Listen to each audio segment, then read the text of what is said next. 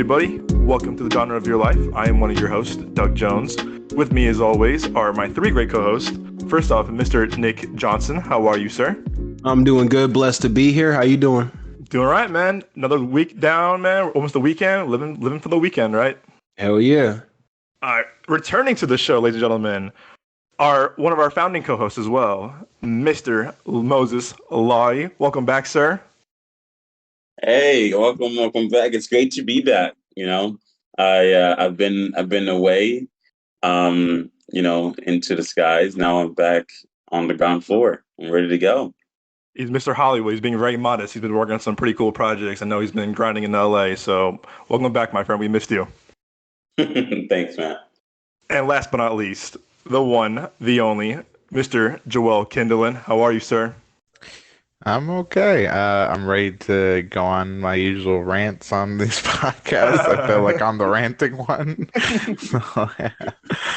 Hey, you know what? You would fill that quote perfectly. The ranting one. The ranting about how he hates Disney so much. That would be your title, my friend. On your business card, the ranter about Disney, Joel Kindlin, the host. My business card doesn't say any information. It just says "fuck Disney." That's it. I still like the business card from the Social Network when he goes, "I'm CEO, bitch." Hello, everybody. Welcome back to the show, or welcome for joining us for the first time. Welcome to the genre of your life. This is a show about movies, TV, why we love entertainment, reviews, film reviews, TV reviews, everything, all in between. Rants, as you heard before. A little bit of housekeeping, as always. You can find the show on Spotify, Apple Podcast, Amazon Music, and now we launched on Google Podcast last week, which is a huge deal for us. Thank you for that. If you want to find the show on social media, you can find us at Midway Avenue Productions on Instagram, as well as TikTok. I've been trying to grow the TikTok a lot more with reviews, reactions, updates, early screening updates as well. So follow us on there. And as always, hit that follow, subscribe button on Spotify or your favorite podcast platform of choice. Leave a review and rating. It helps the show out tremendously. And as always, thank you so much for your support. So, gentlemen, this show, I think all of us can talk about this in length for sure. We are all A24 appreciators. I think we are kind of the generation of A24, filmmakers. We're kind of like inspired by those kind of movies, whether it's Barry Jenkins or Greta Gerwig or the Safdie brothers or the Daniels. We kind of like us, kind of like recent film school kids, we're up in that era of like A24 movies, whether it's Moonlight or Uncut Gems, Lady Bird, The Lighthouse, stuff like that. So, as we're all appreciators, I want to talk about tonight about, because I'll be reviewing Beau Is Afraid later on the show, but I think we all can appreciate good A24 movies. And I want to go around around the group and say, hey, what kind of A24 movies have stood out to you the most of the past couple of years, and why do you think these movies kind of just, hit off the top, why they kind of connect with the audiences, why these movies are now winning Oscars, these original kind of low mid-budget movies are doing so well in movies or at home or on DVD, whatever, or streaming. So, Nick, I'm gonna go first to you, Nick. So, what have in the past couple of years, A24 is kind of on the rise of great independent filmmaking, multiple great concept of movies. What have been some movies for you that you've been kind of wow, I was so impressed with this movie or these directors, and why do you think A24 has been kind of hitting more than usual? Well, for me specifically, one of the first A24 movies I remember seeing was Hereditary, and because I'm a huge horror movie fan, but the more mainstream horror movies, they were going kind of stale. They were just seeming extremely formulaic. So it was okay, here's a premise. It's like a haunted house or a possession or something like that. And, here's some jump scares. But even the way that they were doing the jump scares, it was just kind of well, y'all just kind of keep doing the same stuff. So when I saw Hereditary, excuse me, this movie to me, it was genuinely terrifying. But it was still it was more of an atmospheric kind of moody terror, you know what I mean? Or disturbing rather. The movie was disturbing, it wasn't scary. So that to me just kind of stuck out. And also just the way the narrative was, you can look at it as a horror movie just at face value, or if you wanted to, you could look at it on a deeper level, this seems like this movie is more about maybe just a dysfunctional family dynamic, or even about mental illness, and that maybe because mental illness can be Hereditary, and it's like, okay, well maybe that's what it means. And then like I don't want to spoil it necessarily, but there's certain like clues and stuff like that where you can look at it this way and you can look at it that way, and it's ambiguous. So that's what I like the most about it. You can draw your own conclusions, and it creates a completely unique horror movie experience. And you know, even with the film The Witch, like that movie, because I saw that, what was it like it was like before college started, and it was like wow, like that shit was kind of cool too, because it was so kind of like, well, like what does it mean, and you know, what is this symbolism and what is that. And so with the A24 horror movies specifically, it's like an onion, you know what I mean? Like there's multiple layers, and that's what I enjoyed about it. It wasn't just I'm sitting here for an hour and a half and there's a few jump scares and then credits. Now, it was kind of like that with Midsommar too. Like I just liked how they did it. Like it takes a genre that I love and it does something different, and it's an actual like film instead of just a movie, if that makes sense. Like we're not just making something for you to eat popcorn and escape to for a little bit. Like we're actually trying to tell you guys a story. And even A24 films like outside of that horror genre, like Everything Everywhere Always at Once. That movie to me just kind of has sentimental value, but because I just saw it around the time Julia had passed away, so like I'm always gonna have that special place in my heart for it.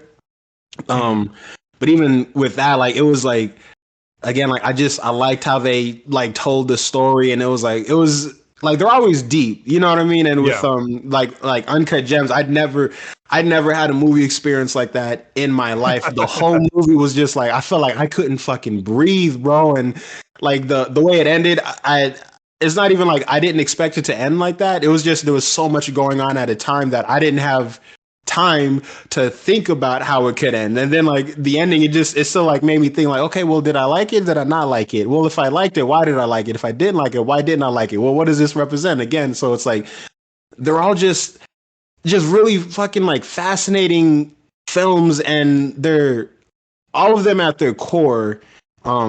They are artistic films, and that's what I like about it. They're not just cookie cutter, you know, well, we got to make a movie real quick, so let's just pop one out. Like they're all unique stories, and they're all told in unique ways.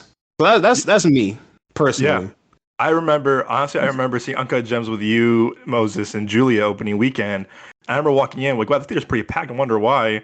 And I remember just our four of us, especially it was you, me, Moses, and Julia, and we were like, I remember all four of us were kind of like hunched over, just like feeling like, oh my god, what are you doing? Just go home, just do this. I remember like that effect I had on like us as a group, but also I remember the audience was like so like they were edge of their seats literally, because it was just like, oh my god, what's gonna happen? What's gonna happen next? What is he doing? What is Sandler doing? Why is he doing this? Why is it a bad decision after this? And I agree with that. That you know, we've had experiences in movies whether it's like an Endgame or a Black Panther where like you're cheering, you're going crazy, it's awesome. And to your point too, like I think A24 movies give a different kind of experience, whether it's in like Midsommar, which is very disturbing, very in your face, kind of like during the day kind of horror.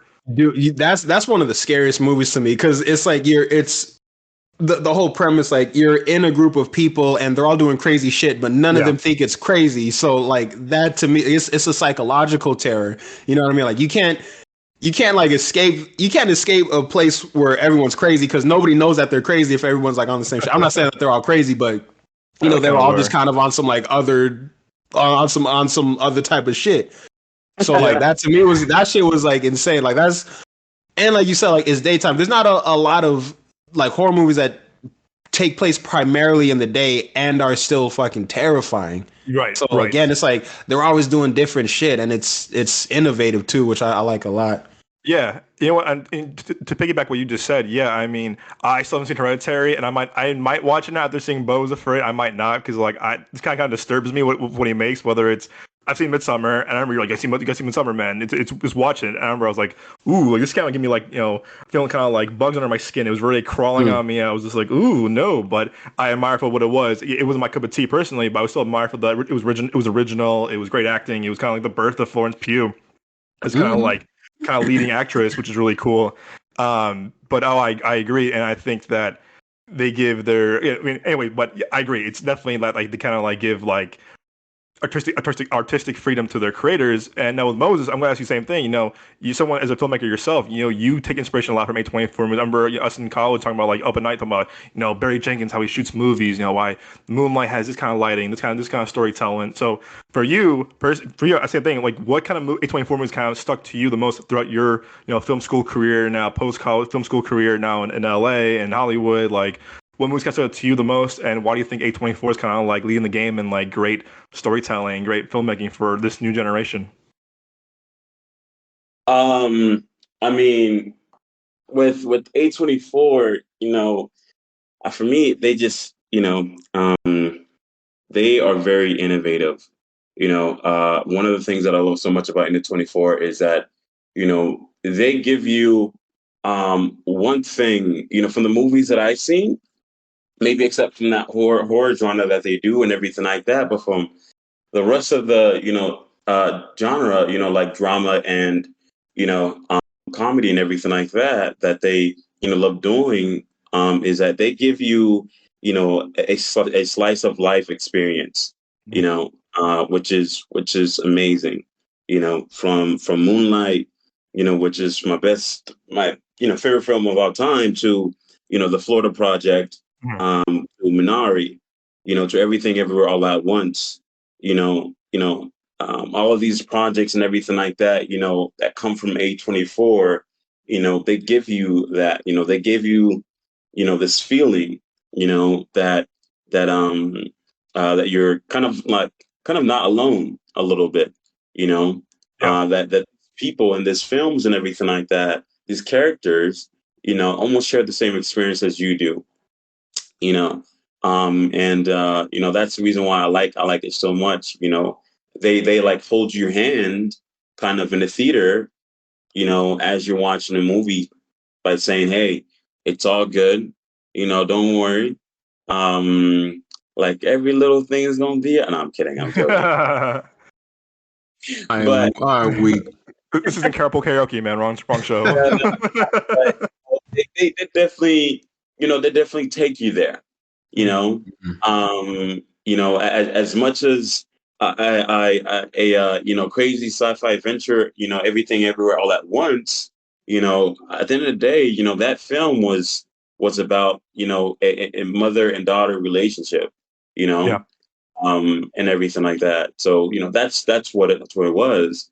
From Moonlight, that story was about a young boy who wanted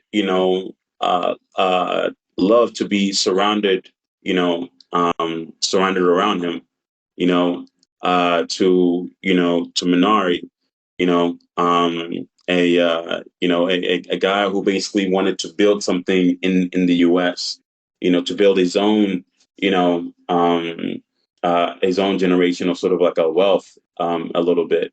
And that's the reason why I love A24, because those are the films that give you um, the meaning behind what it is to be kind of human, Yeah.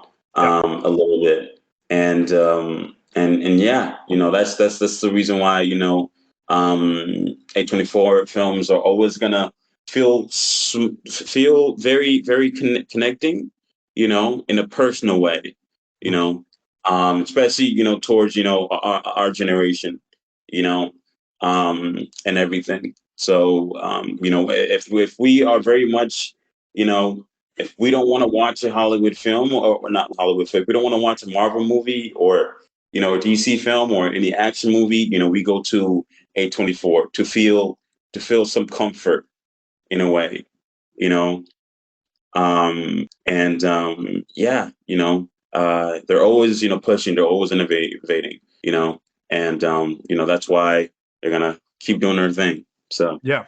Yeah, always, dude. They're always innovating, and I think I like what you said too, because especially it's like you're right. It's I call it kind of the breath of fresh air that I think I think audiences, theaters need. Again, like you said, if you don't want to see Avatar, you don't want to see Marvel, you don't want to see the next big blockbuster. You want something kind of like more down to earth and look at. not low, but below to mid budget, or something kind of like that can have so much emotion and bring and attract you in despite like kind of like the pitch of the movie or the trailer or the poster of the movie. A24 kind of thing is kind of the king of that. I do believe that because they brought in a lot of audiences, and again, to Moonlight's credit especially, and I think when everything everywhere all one everything everywhere all at once won, I was like, oh, A24's big win, and I'm like, no, no, no. People forget Moonlight was A24's first big Oscar win. That was a really big deal because this was like this little studio that kind of came up through the Fox Searchlight, through the Focus Features, through the Universal, Paramount, everything, and I think A24 really had a big opening when Moonlight won because look, Moonlight was a very personal story. A very beautiful story. It was shot beautifully. It was directed well. It won a bunch of Oscars, and I think that Oscar win was a huge deal for them because it opened up a lot more doors for filmmakers to like young filmmakers to kind of like come in, tell their stories, like you said, have really emotional stories, like a Minari, like a Moonlight, like a Lady Bird, like I'm trying to think what else too. Other movies are kind of like very personal to him because it shows, like these movies don't have to be huge spectacles. They can be larger than life and a very low budget kind of movie. And also kind of to show like, hey, look, we can reach audiences. And when I saw Beau Is Afraid at the screening on Tuesday, like I walked in, everyone was wearing like A24 shirts or Hereditary shirts, Okay. Midsommar shirts, and I'm like looking around the audience. I'm like, wow, this theater is very young. Like it was all people like our age, maybe like late 20s, maybe young, maybe into the film school, mid 20s, late 20s, early 30s, maybe mid 30s. But there wasn't a lot of people that were older than us that were like in the theater. I'm like, look at this. This is kind of like our generation, or maybe a little bit older than us. That like these are the movies that are kind of like touching the audiences, or touching our age group, that is, and bringing people in. So it's cool seeing that, but again, it's very fascinating to see these new A24 movies kind of break the barrier. And Joel, I mean, you and I seen the first A24 movie I remember ever, I think, was Spring Breakers in 2013, and we were like, who the hell is making this movie? And we were like, are these guys insane? Like, what are they thinking? Like, what kind of? And I remember this funny look. There was an A24 movie. It was that. And after the movie ended, an A24 screen rep was like, "Hey, do you want to see another movie like this now, a few doors down in another theater?" And me and Joel were like, "Hell no, we were not." And it was Sofia Coppola's Bling Ring, and me and Joel were like, "We're gonna get food." No, Joel was like, "No, No. thank you." We went and we left. It was nothing against A24. It was just Bad I taste in our think we mouth. talked about this Last one. Yeah. last episode Yep. where Spring Breakers, a lot of people surprisingly love it, but in all actuality, it's a dumbass movie. Like it's so dumb. Hmm. Like, like it really is it's it was just so ridiculous. But a lot of like young people, like what the age we were in, like high school and stuff like that, they really loved it. Me and Doug hated it, and so we turned down that movie. Plus, we also saw trailers, and we didn't really give a fuck about Bling Ring, so we were They like, were "Nah, we're like, definitely like if it was something else, you know what I mean? Probably me and Doug would have been like, yeah, we can go get some food later. Like, well, fuck it, because we're not so like, oh my god, a company made a bad movie, there's probably other shit movies in them. You know what I mean? It was just like we were like, God, fuck no. Like we already saw this shit. Like we're gonna go get food. We have no interest in Bling Ring. we had a bad taste in our So mouth from it. We had a God, it's bad so taste in our bad. mouth. So It's still so bad. I've never rewatched it ever. neither have It's I. one of those movies I've never rewatched. Wait, why didn't y'all like Spring Breakers like that? What was up with it? Because I haven't seen it yet. Don't waste your Okay, time with so it. so here's the thing about Spring Breakers, right? So, obviously you think, all right, so this is an A24 movie, and you think, okay, this is gonna be spring break, girls This was that early are A24. college, yeah, are in college go do spring break, they have a lot of Hmm. fun, and Selena Gomez leaves, and it stopped being that, and it like took a weird twisted turn into like this. I don't even want to say underground life, just sort of a weird life. James Franco, whose Oh, character was basically Riff Raff, the riff raff. rapper, the tiptoeing in Okay. my joints guy. Yeah, he was literally like his character was based off him. And Hmm. so it got weird. His ex best friend was Gucci Mane, and they had a feud, but like also like it just got like there were scenes that are way too long or a little weird. Like there was twins and they're like they share everything. And it's like, okay, yeah, that was weird. Okay, And so then it sounds like I won't be also watching this movie. the Then. Please girls don't. the girls put a gun to James Franco and he They just shot him? started sucking on them like it was a dick. So Oh, we are like, and it's a uncomfortably long like It goes on for a scene. long It time. was a few, like it was a good 5 to 10, not 10, but 5 to like around 8 minutes felt like long. 10 Where you're minutes. just like, it felt like 10 to 15 minutes. Where you're just like, can we go past this? Like we get it. And it's just uncomfortably long. And then towards wow. the end, they decide to attack Gucci Mane's like a Like little compound island of like mansion compound of like a legit like 50 to 100 thugs, like big black dudes with guns, machine guns, bulletproof vests, right? The girls are only wearing bikinis and ski masks, and they're on a boat. They're driving to it. Gianfranco hops off and he's walking, and the camera passes him, and there's a guy like shooting at them, and the girls kill him, and we're like, oh, where's James Franco's character? The camera turns back around and he's dead. So Oh we're my like, God. oh, he died right off the bat. And so these little girls, both holding two guns, go through the compound, standing in the center, like not hiding or anything, standing in the center, wearing only bikinis and ski masks, take out a compound of thugs with machine guns, pistols, again, bulletproof vests. They kill them all. They go in, kill Gucci Mane, and then they take one of his Lamborghinis, and then Movie they ends. start crying. And the movie ends. They're like, I miss home. And then movie ends. And we're like, that was fucking stupid. Like, what the fuck was that? I miss Selena Gomez. Like, Selena Gomez was the only one carrying that movie. She She's left like, nah, I'm early. out, bro. I'm out. Her Then, character left. yeah. I was like, I'm so glad Selena Gomez was a part of all this, but I loved her character. Like, after that, we are like, yeah, this movie got weird and turned to shit. Like, it was really bad. Like, I did not like it. The concept, nothing about this No. movie was good except Selena Gomez. It just made you okay. feel like uncomfortable at times too, like the long sex scenes, like in the pool, like. And again, there's no music going on. They're just like weird sex and like over the top sex scenes, and there's no music No too. music? It's just like Yeah. No it's weird. music? It's just, no music. It's a really weird scene. These really drawn out scenes of like. And that was around the time that Vanessa Hudgens was going through a lot too. Yeah, You know so what I mean? Okay, so like that added kind of like, layer to it, huh? Yeah. so you already know what was going, like, nothing against Vanessa Hudgens. It was just and so after the movie, they talked about it, and mainly the sexing towards Vanessa Hudgens in a film like this. They didn't really give a fuck about any of the other characters. It was just sort of a bad publicity for Vanessa Hudgens. She didn't do bad. It was just like, everything going on in her life, they pinpointed her out to, which I felt bad for her. But it was also just like a really shit movie and just awkward scenes. Yeah. The guy who made that movie is Harmony Korine, and I don't know if you're familiar with Harmony Korine.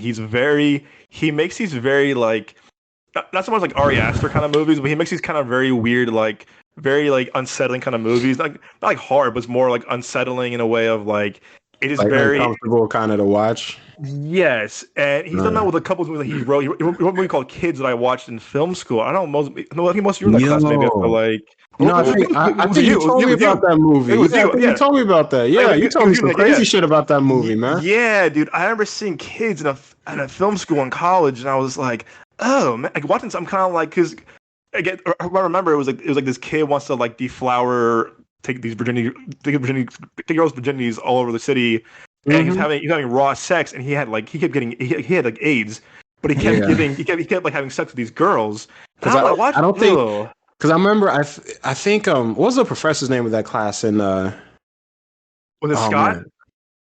I think so, because I think when he was breaking it down to us, he was saying like he didn't this kid character, he didn't know that he was sick, but the film follows one of the girls that he got sick. So like while he's out and about like doing his business, she's trying to find him to make him stop, because like she's trying to help him out. Like, hey, one, you're sick, so you need to like see someone about this, like you need to get treated, and two, you're spreading that very sickness to like everybody that you know come into contact with. And so it's like, Ugh. well, that's an interesting premise, but you know, like I think I saw like the opening of it, because I think he showed us the first scene in that class. But Yeah. like I think you were telling me like, yeah man, this writer, like he's done like this and this with like other types of films and shit, and like he kind of just like takes it too far a little bit. And it's like I get like everybody has their own style, Right, of but course. at the same time, it's like just me personally, like nah, like I respect it, sure, because that's your style, that's your vision, that's the story you want to tell. I'm probably not gonna be jumping out of my car to go see it, you know.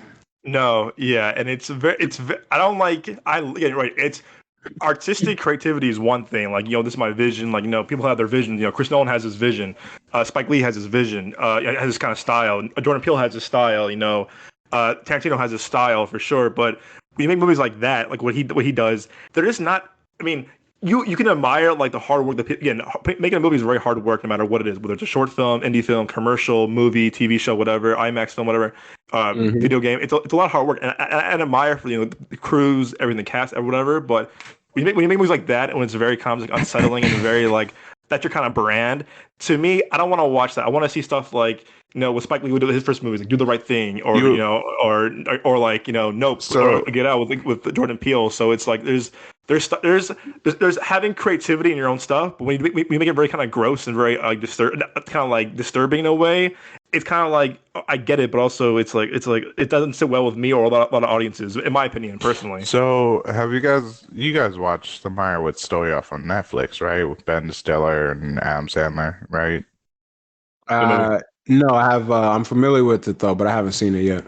Okay, so one of the characters has a daughter and she's really into film and you're watching it, but you could tell like the way people are like, "Oh, okay, this is really interesting. It's a really cool like film idea," but in reality, you're just like, "What the fuck?" Okay, she's just topless most of the time and stuff like that. But it's like, it sort of shows like how certain people the film within the film, right? Hmm. Reminded me of, Spring Break and stuff. It was just really weird where you just like people like this stuff and they think it's creative and interesting, and you're just sitting there in reality, you're just like, what the fuck is this? Like, what the fuck is going on? Myra's story is great. The movie that the daughter makes is just weird. And do you remember that? I remember I remember that we talked about it after I watched it like a few years ago, and I said, you know what, this is kind of like this isn't his style, but Noah Baumbach, who made that movie, who I'm not the biggest fan of his work. I think he makes some really good movies. He's very good at making like giving good performances out of actors. But he's married to Greta Gerwig, who did Lady Bird and oh my God, Little Mhm. Women, who's doing Barbie. But I remember that for sure, Joel, because we were like, yeah, that's I get we're trying to like try to explore like film students like creative freedom, and as all three of us went to film school at ASU, like we saw a lot of films that were kind of like, again, we also saw a lot of films that like, our fellow classmates made that like, wow, this is really amazing, or this is very kind of like personal to me. And so look at I remember like Nick, I seen your short films. I remember Moses, short film when he did Golds his senior year. It was like Moses had his like Right. that was his voice and that was his passion of like, I'm gonna make this movie because it's very personal to me. I saw the vision. He wasn't making like weird shit about like, look at this dude's ass the entire movie, or look at this Well, dude's yeah, no, like, we talked about barefoot. how like that stuff was making fun of it because there are people like that. It sort of reminds me of the people that are real big fans of Yoko Ono. You know what I mean? Or- Like, Yoko, you see the '70s and how like some, you hear a lot about like some people making movies or even like movies talking about like in the '70s, like a lot of the young people that wanted that freedom, that creativity, like, you see them and it's just really like, all right, here's a sex scene and stuff like that. And they're filming it. And it's like, oh, it's going to be a part of my movie. That like film reminded me of that, like within the oh, Meyerowitz for story. sure. And so did Spring Breakers and like certain other movies as well, where you're just like, I don't really understand what you're trying to get across with this group. Like I see that you're being creative and trying to be different, but also it's like at the same time you have to ask yourself, what the fuck am I doing at this point? Right. You know what I mean? Yeah. So, Yeah. but yeah. Before Yeah. we Yeah. No, get off, I agree with that. And it's funny things like that, Joe, because you said that perfectly. Because I remember like Moses knows this story. I won't tell anyone names. 'Cause I don't want to expose anybody. But in Ah, my shit. freshman year of film school, it was that same class I'm talking about, Nick. That it was like I think it was Moses and I were in that class, and I was part of this group that was doing the short film, and the guy that was running it just like wanted to make some really kind of like raw stuff, and I'm like, dude, I don't want to be part of this. You're in my group. And I was just like, I don't want to be part of this because this makes me uncomfortable. He goes, no, man, this is art, man. This can be a great movie. And I was telling Moses the script, and Moses was like, yeah, man, get out of that group, get out of that group, get out of that group. Moses was like, no, man, leave that group right now. It isn't good for your career or for your film. And I was just like, yeah, because like he wanted to prove like, oh, I can do this movie as a student filmmaker. And this guy was so rude to like the crew and to me, to the director, the everyone, the cinematographer, and the movie turned out so bad that the filmmaker, the professor didn't even show it because it was so like kind of like not offensive, but it was almost borderline offensive. Where I was like, yeah, why am I putting my name on this? Because I'm not proud of this, and like, but I had no other group at the time, so I was kind of like, I'm kind of screwed with this. And I remember like Julia was a part of it. She goes, dude, what the hell is this? And I said, I'm sorry for getting involved in this. I apologize. I need to get an actor in this group because it was like we were down to the last minute. And to your point, Joel, exactly, like they think like, oh, I can do this because look at me, I'm making a statement. Look at me, I'm gonna be a student filmmaker, and it's like, yeah, man, but you kind of like there's a line between being in having a great creative vision and then trying to be offensive and kind of like have the shock value because not always I mean, when it comes to that, like you're trying to prove a point. I don't want trying to prove because you don't want to disturb people and make people feel uncomfortable watching a student film, let alone a huge major motion multi-million dollar movie. Because at the end of the day, it's like, what was your point here? yeah. Yeah, like Uh, even like with passion, you can be like super passionate about a film, but you got to take into consideration like the ethics of what you're doing. You know Right, what I mean? Like right, it's one thing to have like, let's say, just because this is like an easy example, if you want to have like a love scene right between a couple, like sure there could be like, you see them like, like kissing and maybe there's like some nudity, but at a certain point all of that shit kind of, it can become a little bit gratuitous because you right. got to ask yourself like, you can be mature and you can kind of like show this and express this, but are you doing it for the sake of the story, for the sake of the scene, or are you just doing it like because you can? And then that kind of goes into the whole like, just because you can do something doesn't mean that you Should. should do something. Mm-hmm. You know what I mean? And Mm-hmm. you got to be like tasteful with everything that you do, so Oh, yeah. absolutely, absolutely. So you were saying, Joe? um, right. I was going to say because I feel I wanted to talk about A24 more Yeah. at this point. Uh, was after Spring Breakers, A24 did the creativity part perfectly. You know what I mean? With a lot of great films, and that's why they stand out. Because it went from Spring Breakers to literally the next year to which was one of my favorite films, and I recommended this to you, Doug. Green Room, which is such a Oh fantastic yeah. movie. Yeah, I love that movie so much. It's one of my favorites. It's tied with Good Time and uh, Uncut Gems, and it has a great cast. It has the late great Anton Yelchin Mm. before he passed, and then also someone that you're not used to seeing play a bad guy, but does it really well in this is Patrick Stewart, which is really good, and just a lot of great other actors that you'll recognize as you watch the movie. And it's just a great film. But the I've to back to your question of like why we think A24 is standing out, and a lot of young people and older people I know as well are enjoying it, is that they are still pretty new, Mhm. and I feel like they're still upholding to what film is. Yeah. Like, when Warner Bros. Came, and for a very long time, they did movies and they let their directors do their job. They let the writers do their job. And nowadays, a lot of production companies take that power away from the writers and directors, and it's just like, we believed in you in the beginning, but at some point we just, we know what we're doing better, so we're going to take over, and we're not going to let you have free creativity. And the directors are basically in shackles, or they're fired, and then they bring someone else in to finish someone else's job. You know what I mean? Yeah, no, So, absolutely. like, and so, so A24, they're a company that lets their directors and writers have that freedom. Yeah. And so a lot of their movies are fantastic. And another thing that I want to point out is, unlike a lot of a lot of production, a lot of movies nowadays, A24 is diverse in their films. You know Yeah. what I mean? Every film is different. You know what I mean? Like, they can be in the same genre, but none of them are exactly alike. Like, we Yeah, love and Marvel movies. At some point, they all started combining together. And I don't mean story-wise. I mean, Ant-Man and Thor are basically the same movie, even though they're different characters. You know what I mean? yeah.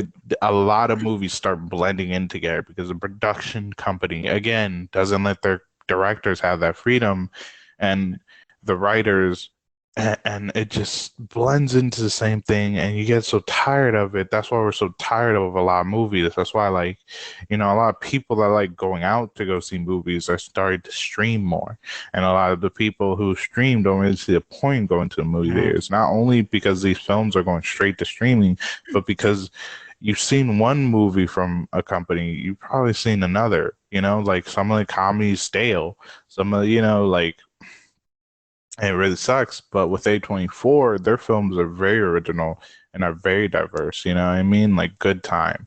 I haven't seen another movie like that. Green Room, Green Knight, right? Mhm. Uncut Green Knight Gems. was dope, yeah. Green Knight was very interesting, very dope.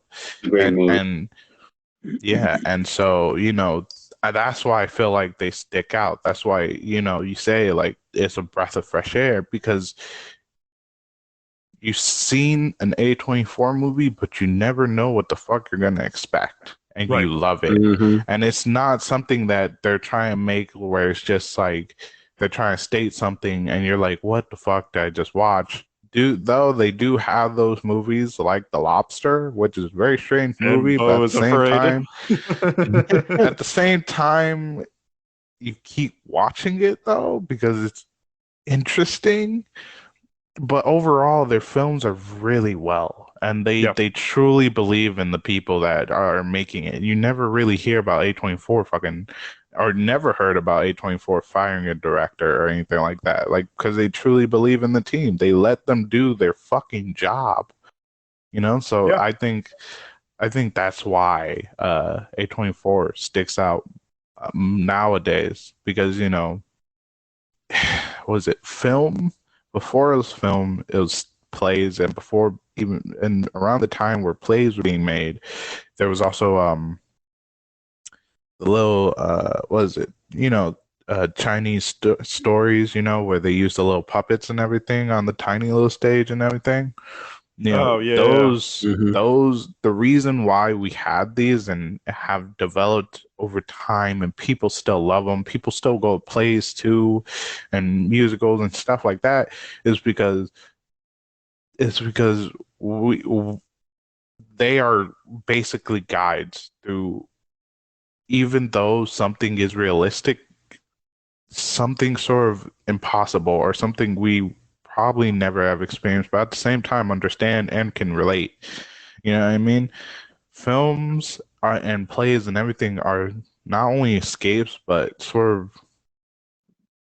of their own worlds, taking us into something different that we can feel comfortable within and experience new things and just enjoy over time. And I feel like production companies have lost that sighting and only are trying to save money and make more money. They stop being entertainment an entertainment industry, but more of just money industry. They just want to focus on the money, and they lose that. And A24 has not taken that way. They stick to that, and I truly love that.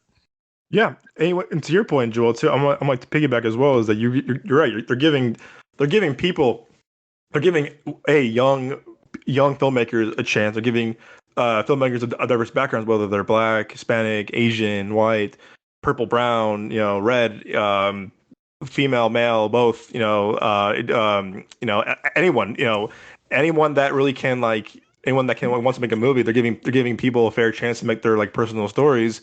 And the one movie that I want to bring out, I think that we all relate to, was mid '90s.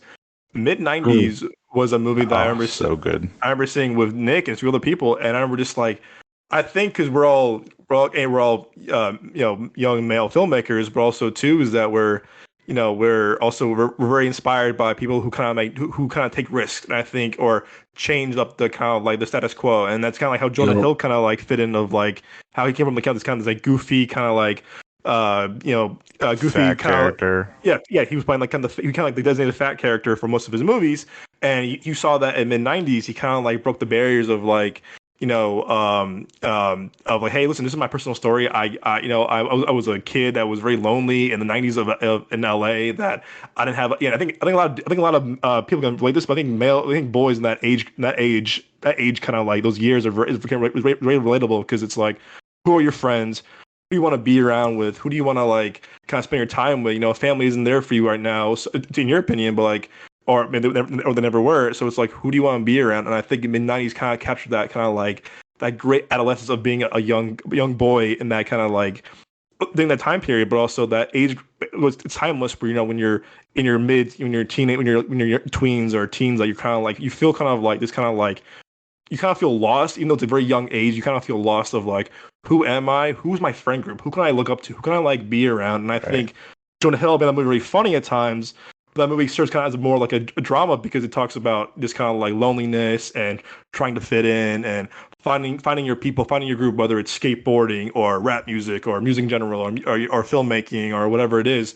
And that movie kind of shows like a diverse cast of black people, white people, Hispanics, girls, boys, and it kind of shows like even when you come from a broken background, there's people out there that'll have your back, and I think that movie kind of shows that perfectly. Of like Stevie when he was 12 years old or 13 years old, whatever, he's looking for that friend group, and he found those people.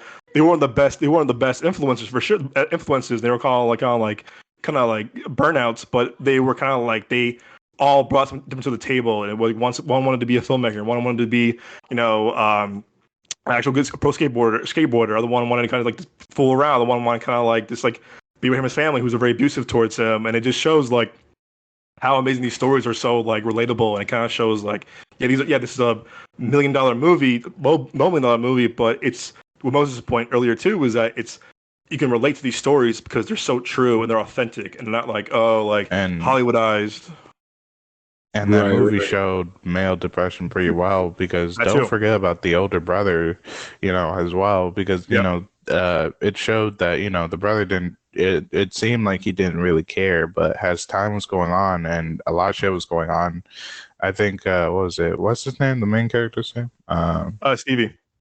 Stevie came home. I'm pretty sure that was when he got home drunk, and his brother's like, "What the fuck are you doing? This and that," and they're fighting, but you could see the brother start crying eventually, because he cares about his little brother. Even just older teenage boy, a lot of them, when they have little brothers, they show like sort of they don't care, but in reality they do. And his brother was having a hard time too. He didn't really have friends, and he was crying, and it was just.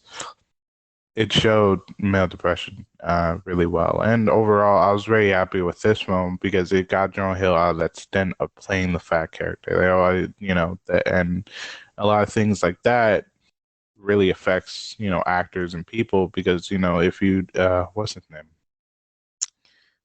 Fuck. Animal House. He's dead. Oh, Belushi? Yeah, Belushi, he wanted to, do serious movies and he tried and those failed. And, once you're stuck in that, like it can really affect people. And so, to see Jonah Hill get out of that stint of, like this type of character and to do something that he really wanted to, and now is expanding on that with like even the Netflix documentary with his therapist. I really am happy to see that. So yeah.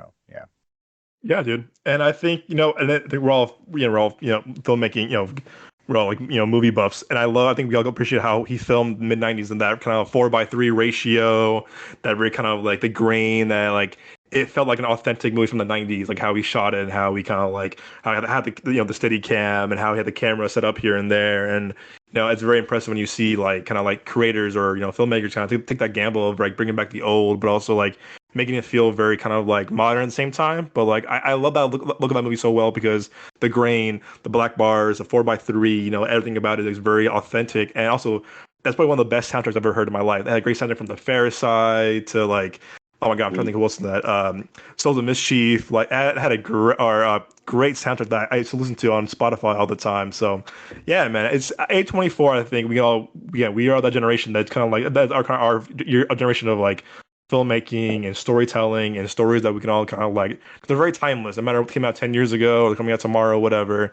They're very timeless in its own way. I think it's very cool that they're kind of like still striving. And but yeah, even though everything all at once was like a huge Oscar win for A24, like I said, Moonlight was the first one to kind of do that. And I think thanks to Moonlight and thanks to Barry Jenkins and his direction of that movie so well, that movie definitely paved the way for more stories like that, for more filmmakers like Barry Jenkins, for more kind of like very heartfelt and very just beautifully shot movies. That A24 kind of had like more of like a platform to like produce their movies, distribute their movies, have more options to like, hey, yeah, we want to get this person back in, we want to get this person in, we want to give this person this kind of the story, or tell us your story. And I think they're very doing well. Or like, look at Euphoria and Beef.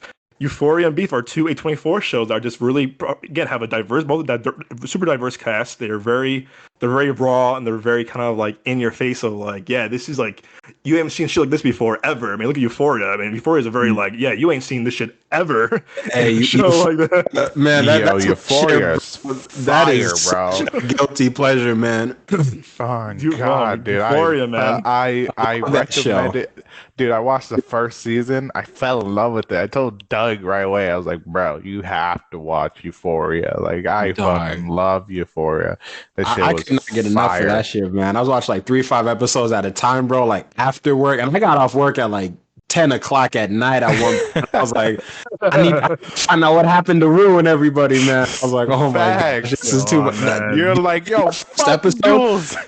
Dude, the ending of that first episode, the series premiere, like that's how you do it because it introduced like all the shit and all the drama and stuff like that, and then it leaves off on like, oh, this person is gonna have some serious beef with this person, and in a way that you wouldn't expect, and it was like, and they do that like every episode, man. That's a little tangent, I'm sorry, but that's just, oh my gosh, yeah, I love that show. And I can't wait for season 3. They have a very diverse way of filming it, especially with like the effects of drugs. Because remember the first episode when she got like high off of something, she starts crawling on the wall, walking on the ceiling, and then like going in a circle, but keeping people where they are. I'm just like, yo, that's so fucking sick. Like even my roommate Jake, man, like he knows generally about the show. He's like, I don't know, man, like the subject matter, I don't. It just doesn't really like interest me like that. But I'm like, okay, bro, like just from like a visual filmmaking perspective, like you gotta watch it for that, because again, like the visuals, the way they light the scenes, sometimes there was, and Joel, you brought up like drug use a little bit and how they kind of visualize that. There was one scene where it was Zendaya's character and Hunter Schafer's character, and Zendaya specifically in this scene was high, and Hunter Schafer's character, I remember she had like it was like glitter kind of teardrops painted onto her face, but from Zendaya's perspective, it looked like her whole face was just covered in like this purple glitter, and it was purple lights, and it was just like, like I never would have thought to like film a scene like that. You know what I mean? Like it's just like it's a visual spectacle, bro, and that's why I love it. I'm gonna leave it there. Yeah. No, I mean I want to definitely add into that. I mean when it comes down to Euphoria, the great thing about it is about that show, since it takes place in high school and everything like that,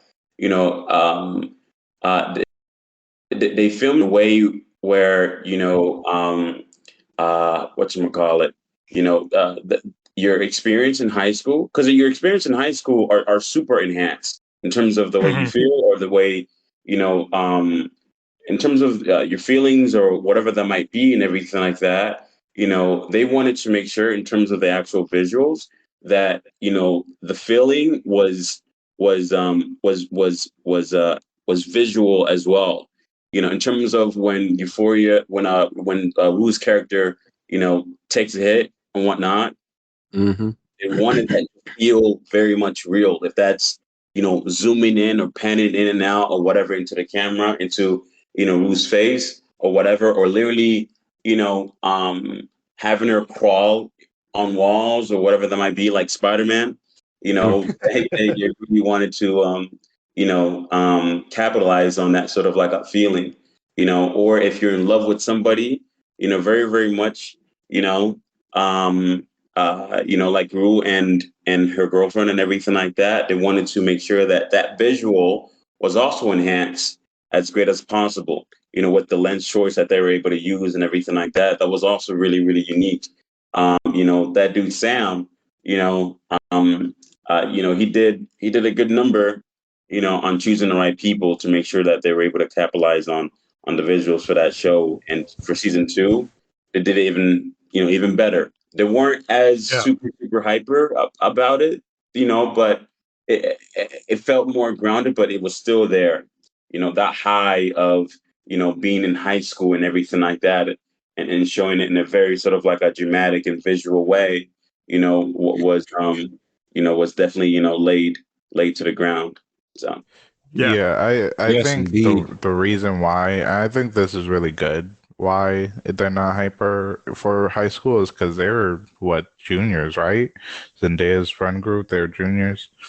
Uh, I think or so. were they? Yeah, they're around junior year, so around that time, that fucking, that hyperness dies. But I also Mm-hmm. love the actresses. The actresses carried heavily, especially Yeah. Zendaya, because her character overall went through so much emotions and Yeah. different variation of range, and so those Mhm. were really good.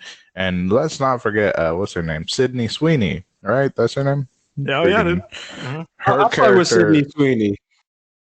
yeah, she's Unhinged. great. Yeah, Unhinged.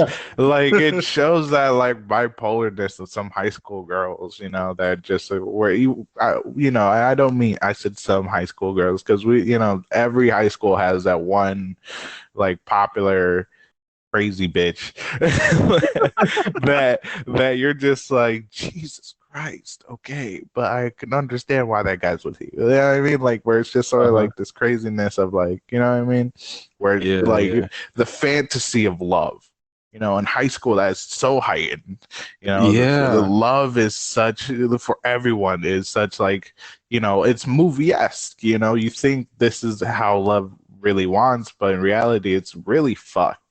you know Yeah, that's a good and point, it Joe. shows high school relationships so well in the second season, because a lot of guys and a lot of girls were toxic for each other. They loved each other. Hmm. They kept breaking up, get back together. Like, they were abusive towards each other, like, a lot of times, where it's just like, yo, this is not okay. But I think I think it's more so oh they think that they're in love with each other, like, but you Yes. gotta like yeah, remember they Yes. have all these not experiences, but they have all these like hormones raging, and it's like, well, I'm gonna yes, just go sneak exactly. out and chill out with my lady, and this is love because I have these intense emotions for you, but it's not It's not like healthy. it's not healthy exactly. And you even said it a couple minutes ago, like it's toxic. Like just because you're part of It's my language, I'm horrible. gonna say this, just because you're bricked up for someone does not mean that it's true love. Like you're Right. just kind of like it's all this shit. And, like you don't know like how to deal with it, and it just expresses itself like that. But because they might not be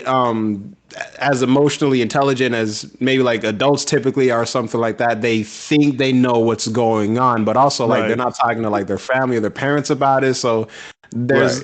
like on that level, they also just don't know like what exactly am I feeling, and da da da da da, and it's like all this toxic stuff going on. So yeah, I think they did a Yeah. good job of portraying that. It's a Yeah. bricked up, man. You're hilarious, Nick. Dude, it's Euphoria is such a great show. Sadly, they Oh my. canceled it, but But like they did so well, to show high school, show different emotions, and like Moses said, worked with such amazing work with camera and everything. And it's such a one of a kind thing. Like there's no other show like Euphoria. You know what I mean? Like I've watched high school shows where I'm just like, oh God, like we're after a few all in this like together. right, like where you're just where they're trying to be dramatic, and you're just like, what type of bullshit is this? Like, Yeah, you know the what I mean? Where dramatic you're just music. like, I'm taking this off. I need to I I need think to the only clean show my that can, eyes with bleach. I think the only show they can probably compare and everything like that, with not say we compare, but in terms of like the hype or whatever was Degrassi. I know this is a whole different production. Poor Uh, Jimmy. Not with uh, Drake. You talking about that show with Drake? Poor yeah, Jimmy. Okay. Poor Jimmy.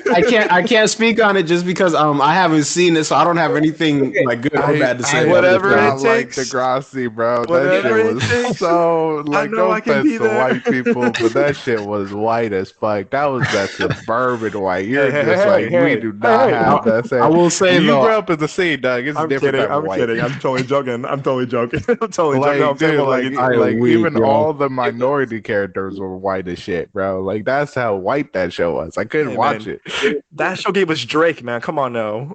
watch, Gave watch us him out, Drake. bro. Watch him out, The man. dude from a Six wheelchair God. is now rapping, and it was a little sus. Yeah.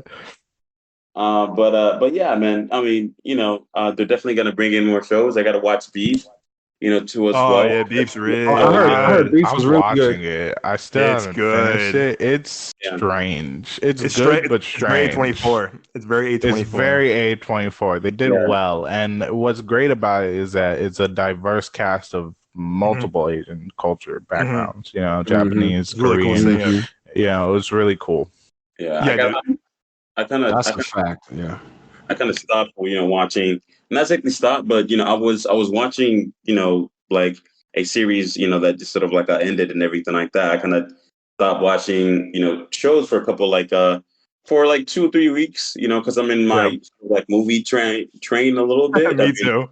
I know marathon on watching a lot of movies, but probably another week or so, I'm probably gonna hop on and watch that show, Beef on Netflix and everything like that. Yeah. I know I I don't need to want finish to. it. So, Um, but yeah, there's A24 show that I want to put on your radars, you guys. It's coming out. It's coming out in June. This show's been in like the works for almost 2 years now, which is crazy. It's the guys who made Euphoria. It's called The Idol with The Weeknd. Yo, I've been seeing the trailers for that, man. I've I'm heard about the to hop show on is that. Heard of it. crazy. I've heard the show is ridiculous. I've heard some like stuff about it, man. I did too, dude. I did Yeah, too. And This is the first time I'm hearing about this. Wait, where did y'all to be hear about honest. it? What's so crazy about it? Because I've only seen the couple of trailers. Yeah, maybe Mo- like some more on like the like realistic aspect of filmmaking, right? Hmm. And how negative the director is, how much yeah, basically how negative reactions the audience are basically having towards the filmmaker, I guess Okay. himself, and how he basically portrayed the lead character, and everything, Yeah. but Mhm. stuff like that, you'll basically be able to see what people are talking about in the actual show. But they literally that show was originally supposed to be a film, Yeah, and it then came out last year. yeah, It come out so, last year, dude. It's been postponed a lot. And I'm gonna pick up what you said too, Moses. Yes, what I've heard is that they shot the show like a year or two ago, whatever. And for Joel, for our listeners, and for you too, Nick, the show is about basically like a modern day cult leader in LA, played by The Weeknd. And kind of like he kind of gets roped in this like rising pop star, and kind of like he kind of lures her into like his world of like cultness, whatever, and weirdness of being a modern day cult, and all in LA. They're going during within show business whatsoever. And to Moses' point, exactly. So what I heard too is that HBO shot this show. The guy who created Euphoria and directed Euphoria, Sam Levinson, was part of it. Mm-hmm. And apparently they shot a lot of the show apparently. And to Moses' point, yeah, like what he said is that they tested the show. They had a lot of feedback, and the show tested like poorly, like very, very, very, very, very, very, very, very poorly. Damn, and I can't wait to see it then. No, me too, dude. Sign us up. So anyway, so then they brought in Sam Levinson. He was like, "I'm gonna reshoot everything, basically not everything, but like most of everything off." They sold it, and they fired the girl that directed most of the episodes. They spent a lot of money on the show to like reshoot and re-edit and kind of restructure the show a lot. 90 mil, like 90 mil, yeah, dude. That's crazy for a show. For a non-Marvel TV 90 Star mil Wars show. for a show. That's crazy. Yeah, dude. Exactly, Moses. 90 mil. And so they had to restructure the show basically, and then people came out saying like, "Oh, this show is like torture porn. It's very graphic. It's very more than Euphoria." And then The Weeknd came out saying, "Nah, y'all are lying. It ain't like that." But again, is the Weeknd protecting his brand, protecting his show, or is he telling the truth, or is it like?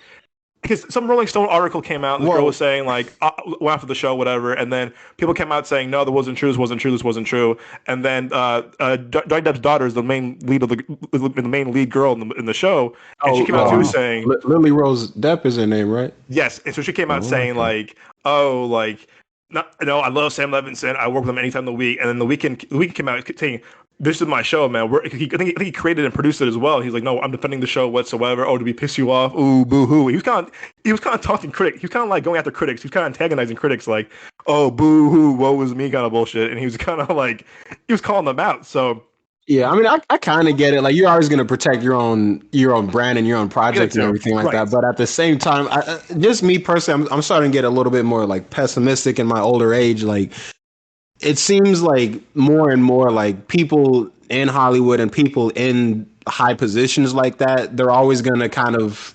bend the truth a little bit. And I get the feeling more often than not that things aren't always what they seem with certain people. I'm not saying specifically like everybody on this show is like on some nonsense or like lying or anything like that. I'm just saying like, I don't know, because I'm not there, and people in that industry and in those positions have lied about that kind of stuff before. But it's about that time. I got to be up kind of early tomorrow, fellas, man. I got me some red wine, got me a little bubble bath going, you know what I'm saying? About to get me a nice little foot massage in the back scratcher. So I'm going to have to hop off. Yeah, I'm going to hop off too as well, like at 8:20. So. They're good, man. They're good. No, don't worry about it. Hey, man, we'll see you next week, my boy. Man, thanks for hopping on. Wait, before you go. As is always, it time for one-on-one? One-on-ones, yes, for your one-on-ones, and where they can find you on social media.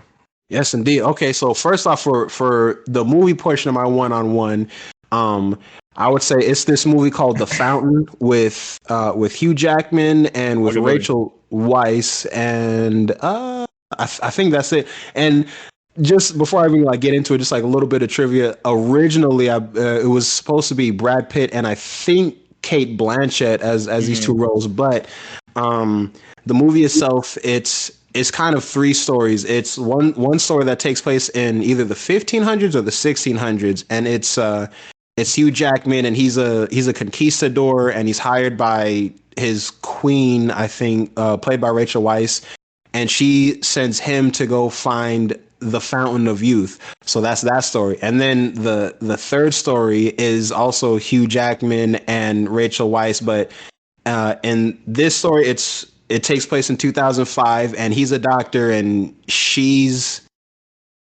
kind of becomes his patient, but they're also like married, but she gets sick, and it's him trying to heal her.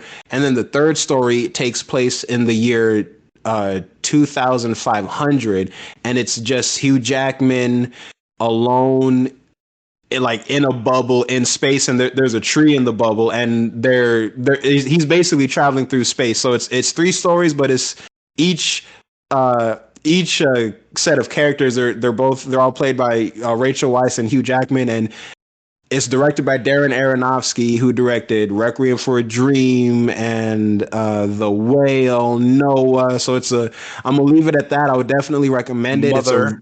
Mother. That's right. I knew I was missing one, but it's a great movie. It's one of my favorites. So that's the movie portion. And for the TV show portion, I would say the show is Sherlock. It was a BBC show. Benedict Cumberbatch, Martin Freeman, the guys that created this show. I think they also worked on Doctor Who a little bit.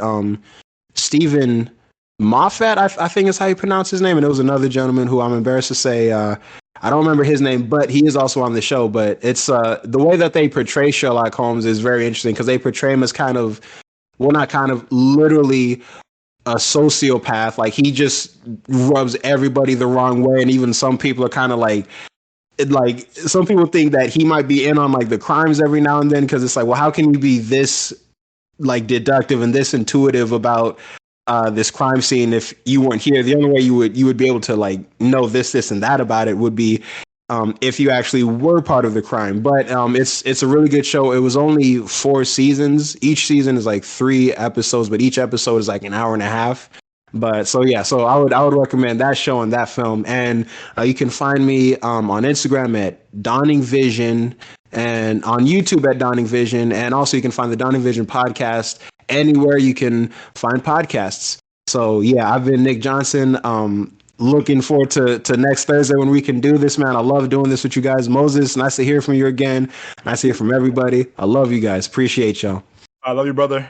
Be safe, all right, man. Have a good one. Thank you, bro. You too. All right, man. Peace. What a guy, man. What a gentleman he is. What a gentleman he is, man. Always bring the hype. God. Oh man. So anyway, so yeah, you're helping off real soon too, Moses. But I want to give my little review of Beau Is Afraid. A24 actually. Beau Is Afraid review. So yeah, instead of getting the show, I went to this IMAX screening with my girlfriend Zeta on Tuesday. And again, I'm not the biggest Ari Aster fan. He did Hereditary, he did Thinking About the Johnsons, and he did Midsommar.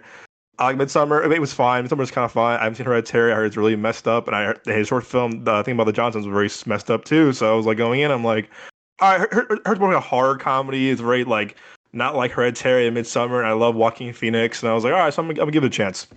Well, first off, I was like, wait, why is the A24 having an IMAX screening? That's so kind of bizarre. They have them at like small little like Harkins or Regal or AMC, whatever. So I'm all right, that's strange.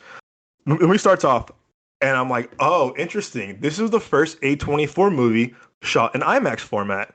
And I said, huh, that's very cool that he shot it this way. It's in the full 190 IMAX ratio, not the full 143 that Jordan Peele shot Nope on or Chris Nolan shoots his movies on, but it was still 190, which is still the IMAX format. I'm like, well, that's cool. Never seen an A24 movie with that. And I knew going in it was like 3 hours and 5 minutes. I'm like, ooh, it's a very long movie. Let's see how that plays. I'll tell you this. The first hour of this movie, I said, yo, I'm into this a lot. I like this. It's weirdly funny. It's very funny, but very dark, very like kind of like dark humor, like very, very dark humor where it's like you're uncomfortable, but you're laughing at it in a way. And you're like, all right, this is what it is. An hour and a half goes by, and I'm like, okay, where are we going with this? And Zeta next to me, she goes, how long do we have left? I'm like, oh, we have another hour and a half. And she goes, damn. She goes, damn. and I was like, yeah, we got more to this. And I was like, all right, we're for the long run. And then the movie hits the second act, and then it lost both Zeta and myself. We're like, okay, it's going here. I'll tell you what, man. Joaquin Phoenix proves why he's one of the best actors working today, man. Oh my God, this man can act his ass off. It's like you're seeing this like just a phenomenal actor, just like kind of be tortured for 3 hours, and you're just like, oh my God, he's bringing so much emotion and depth and range to this performance. So I'm like, all right, well, I'm watching for him. The movie keeps going, and it goes from what you thought it was going to be to like, what the hell am I watching? And I put this in my out of the theater reaction the other day. I got pooped on in the comments, like, you don't understand this movie. You don't like his movies. I'm like, no. I didn't say that. I said this movie was not for me, just because I didn't know what the fuck I was watching. like the entire time, I'm like, and also I was getting anxious watching this, like kind of like these weird things happen. And so again, I don't want to like to simplify this movie and its very complexity. The movie is literally Joaquin Phoenix is a very troubled older man who has anxiety. He's a lot of like, he's very anxious. He's very close to his mom, and then one day his mom abruptly dies out of the nowhere, very weirdly. And then his mom's last wish was for him to like go to the funeral to like conduct the funeral, and it's basically his journey trying to get to his mom's funeral. But literally, the most weirdest, the most absurd, the most disturbing things happen to this man just to get to his mom's funeral, which is only 6 hours away by car. And no matter what he does and how he gets there, he's just literally like he's mentally tortured for the entire like journey to get to his mother's house. Wow. And it's very unsettling, like his other movies, very unsettling. And it's hard to like compare what this kind of movie is because it's very original. It is very original. I'll give it that. It's very original to like A24 doing its weird thing, doing Ari Aster's thing. But it's the same time, I just felt very like not sick, but I felt very uneasy watching this movie. Where I'm like, it's not as uneasy as it was Midsommar, but things happen in this movie. You're just like, ugh, like, oh boy, and it just. And I think it's 3 hours way too long. I don't know why this movie's 3 hours long. It's very kind of like, Moses, when filmmakers kind of like show, look at me, I'm this filmmaker. My movie's 3 hours long. It's like, but why? But like, why? Like, we get you're a good filmmaker, but what? But for why? Not good. Wait, what's up? I said Scorsese. No, literally, no. I can compare it, and also Scorsese praised this movie too, and I was like, bro, what were you watching, Mr. Irishman? I was like, what the hell were you watching? Because I'm like, maybe not for me, but anyway, it's a very. If you're gonna watch this movie, I advise going in not knowing much if you can, but also be prepared. It is 3 hours long. It is very, very long, and you feel the 3 hours for sure. Like I said, the first hour and a half, I'm like, I'm into this. I'm liking this a lot. It's very weird, but I kind of like how weird it is. It's very kind of hypnotizing in a way of like watching what Joaquin Phoenix is going through as a character, the weird world around him. But the thing I will say about this movie is this movie's 3 hours long. Things happen left and right. This movie kind of goes nowhere towards the end, and there's no explanation for what you just watched. There's no explanation of what you would just watch. And to what Joel said earlier too is that my girlfriend, who's a big A24 fan as well as Ada, loves these movies. She likes Midsommar a lot. She likes Hereditary. When the movie ends, she goes, "Man, fuck this movie." and she's literally like, "Yeah, like." I kind of felt bad. She kind of felt sick towards the end of the movie, and she was like, "We need to go home right now." And I said, "All right." And it just leaves you kind of with a knot in your stomach, not like Uncut Gems, Moses or Joe, like that kind of knot. It's very just you're sitting there kind of feeling like queasy, not in a good way. And like I said, that my biggest problem with the movie is that it's 3 hours of this weird odyssey journey of this man's life, and it goes nowhere, and nothing's explained of what you just watched. Like nothing is explained of what he went through, things that happen, things that he meets, the people he meets, the things that he encounters. There's no explanation whatsoever. It just ends with literally no explanation. The movie ends, and that's it. So if you're going to this movie, I recommend be prepared for a long movie, pee before, and again, if you're going blind, I would go in blind too, but be prepared for a 3 hour movie of just like Joaquin Phoenix being kind of like mentally tortured for 3 hours. So that's my review. I've been trying to find the worst to rate this movie, give it a rating. I now I'm giving maybe like a 4 or 5 out of 10 just because of like the performance is his performance is phenomenal. He's outstanding. Damn. And I do think that the camera work is as a camera work kind of like appreciator that I am. The camera work, cinematography is awesome. It's shot really well. It's shot, with cool like camera tricks and kind of cool like lenses and angles. But overall, I just don't like being in a movie for 3 hours long. That long where it goes nowhere. Also, there's no explanation. Because when I leave a movie, I feel frustrated because I'm like, what the hell did I just watch? And I know there'll probably be like a YouTube analyst on this week when it comes out. But leaving that theater, I just felt very just like, ugh, like, and it stuck with me even to this day. I saw it 2 days ago. It still stuck with me because I'm like, ooh, like, I don't like how I feel after seeing this movie.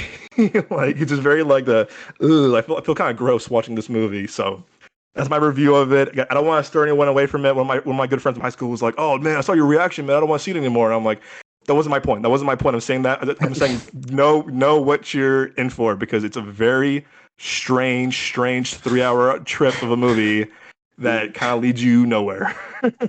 Yeah, that is the first time I've ever heard Doug give a movie a 4.5, because it's hard for you to even want to give them like a low score. A lot of movies, like the lowest you given is like a 6.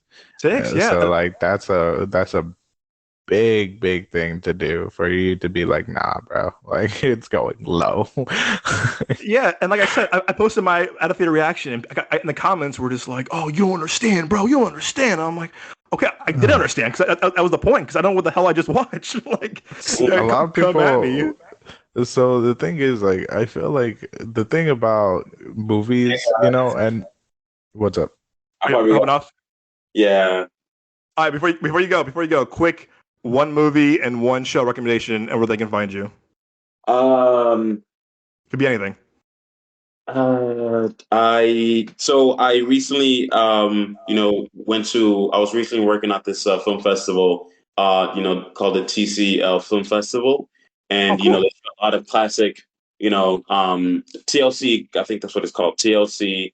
They show a lot of like old classic films and everything like that, old Hollywood classic movies, and you have people like Spielberg, and you have people like the director, I forgot his name. There Will Be Blood.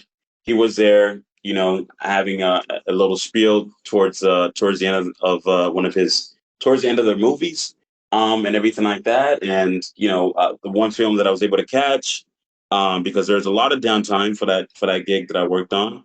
It was Send and Deliver. It was a good movie. The whole sort of like a story was about it was based on the true story. It was about basically this one teacher who basically brought in you know uh, um, a class, and he wanted to prove to the higher ups in terms of our charter schools and all that kind of stuff like that, that his public school, and more specifically his math class, can also compete and pass their AP exam and everything like that. And it was based on that kind of story. It was based on the true story, and it was really, really, really good. And you have actors, like Louis Diamond, who was in La Bamba, was in, and Oh everything yeah. was really good. So yeah, it was great. It's a really, really old movie, 1988, but it was really, really enjoyable. You learn something here and there, but that's a film that I definitely recommend. You can find me on Instagram at Moses Lawi. That's it. All right, And brother. yeah, that's mainly it. I'm glad I was able to return back, and I talked to my buddies and everything like that about movies and about shows here and there, and yeah, so it was a good time. We missed you, man. Welcome back to the show. You're always welcome here. You are one of the founding hosts, no matter what. No matter if you're taking a week break, few weeks break, months break, man. You always have a host spot here for you, man. You know that. Thank you so much, man. Have a good one, Uh, guys. all right, brother. Love you, man. Be safe out there. All right. I'll see you Thank you. soon. All right. Huh? See you next week. Yeah, you'll see me. Yes, sir. All right, brother.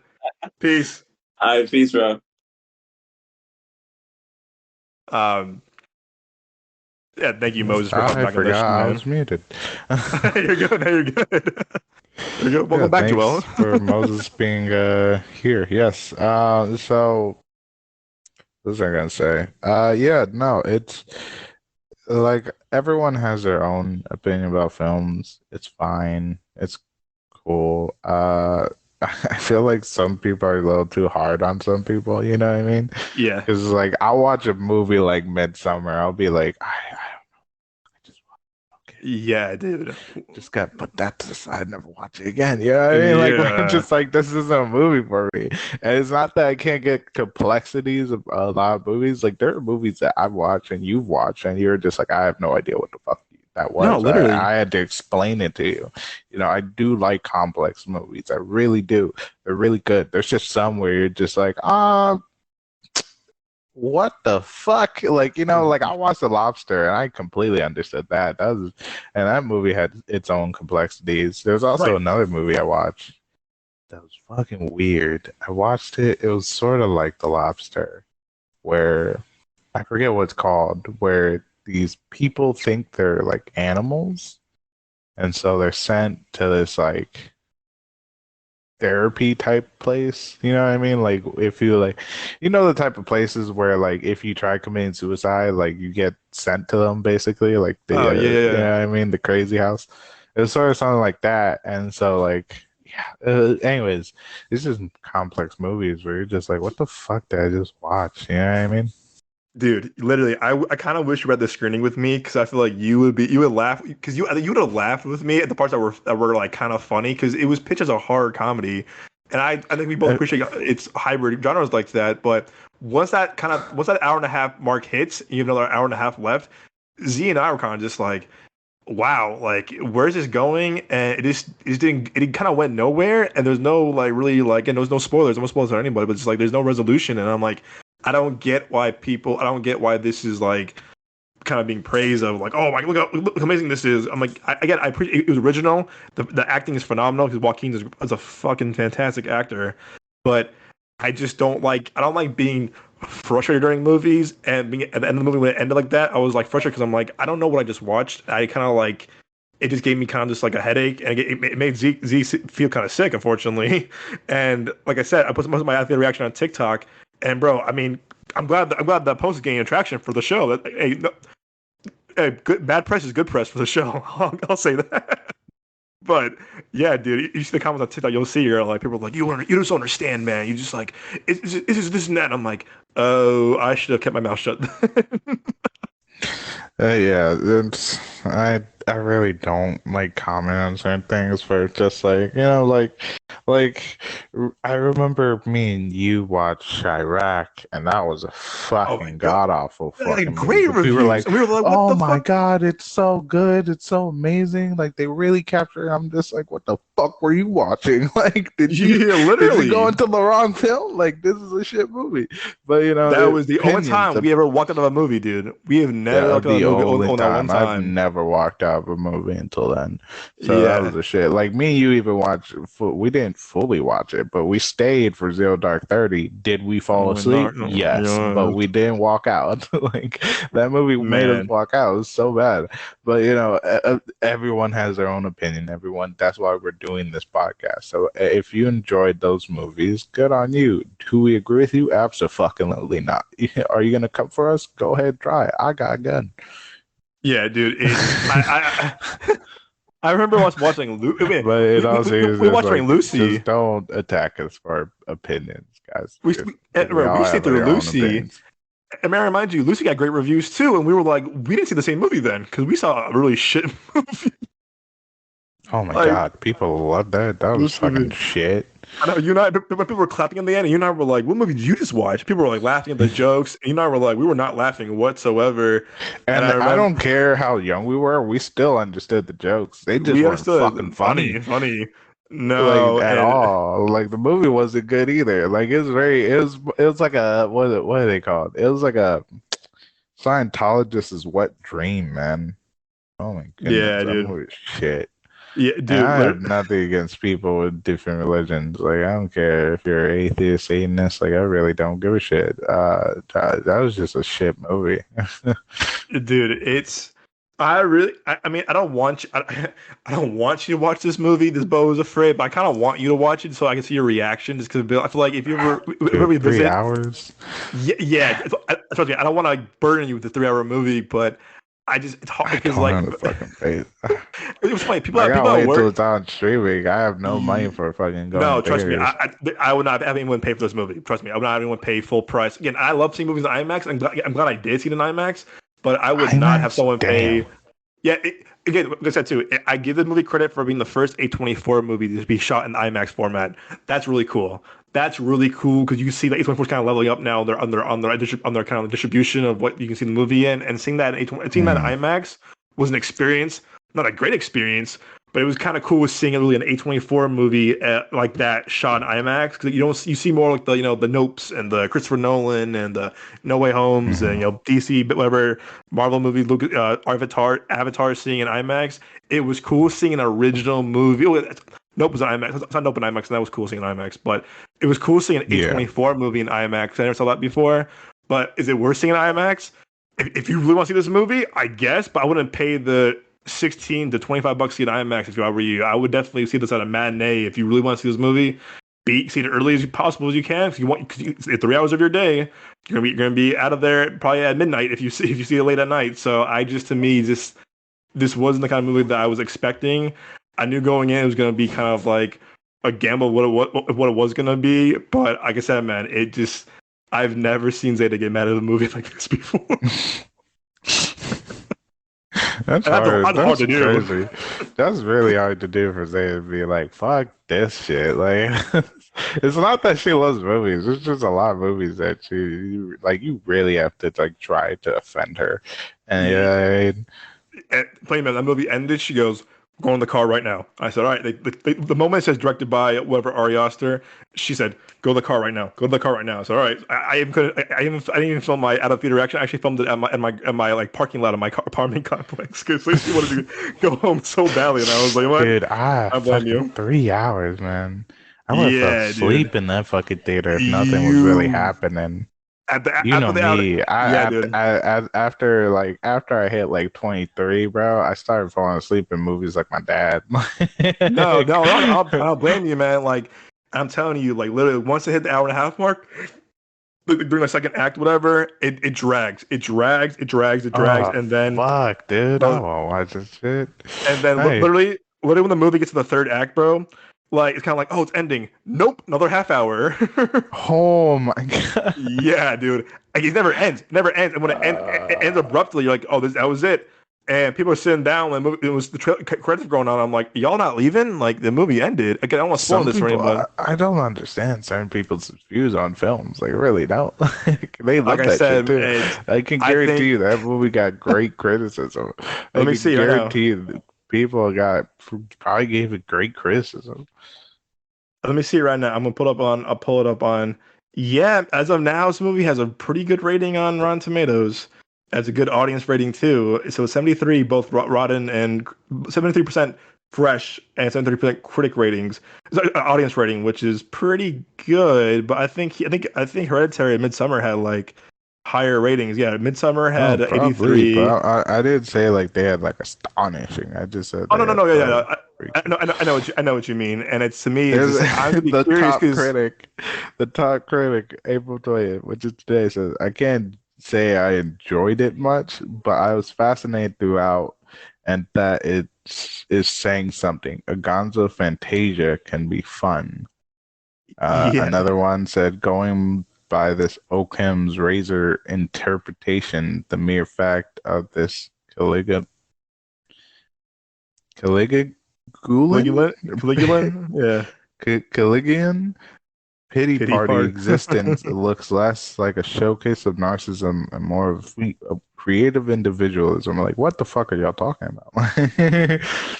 Yeah, dude, I'm telling you, people were clapping when the movie ended, and I said, "What? We didn't see the same movie then?" Because I was like, "This is why this podcast exists, though." Because I feel like we have very different opinions compared to other people. Oh, dude, like I said, I'll read some of the comments from my out of theater reaction. I was just like, I posted it late after we got that movie, and sure enough, people were like, "Oh, you just don't understand." I'm like, okay, here we go.